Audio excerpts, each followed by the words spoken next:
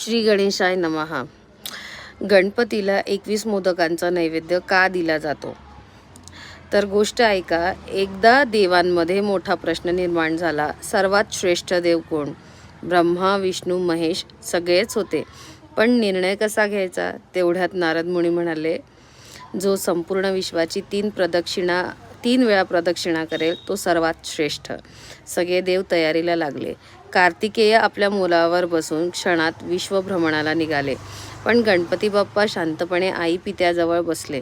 सगळ्यांना वाटलं, हे काय, गणपती तर उठले नाही. तेवढ्यात गणपती उठले.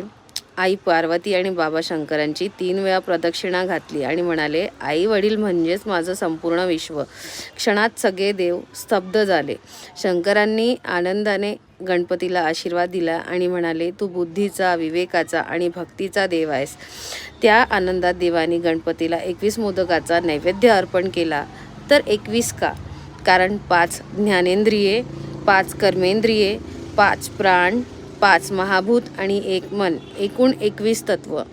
मोदक म्हणजे आनंदाचं प्रतीक आणि 21 मोदक म्हणजे आपली इंद्रिये, मन आणि प्राण सगळं बाप्पाला अर्पण करणं. म्हणूनच गणपतीला 21 मोदकांचा नैवेद्य दिला जातो. बाप्पा म्हणजे फक्त संकटमोचक नाही, तर आपल्याला योग्य मार्ग दाखवणारा गुरु आहे. म्हणून कधीही कुठलीही पूजा करताना आधी गणपतीची पूजा केली असते. गणपती नसेल तर सुपारी ठेवून आपण गणपतीचा सगळ्यात पहिले प्रारंभ करतो गणपतीच्या पूजेचा, आणि तिला जानवं घालतो. त्यानंतर तिला विड्याच्या पानावर ठेवतो सुपारीला आणि गणपती म्हणून तिची पूजा करतो.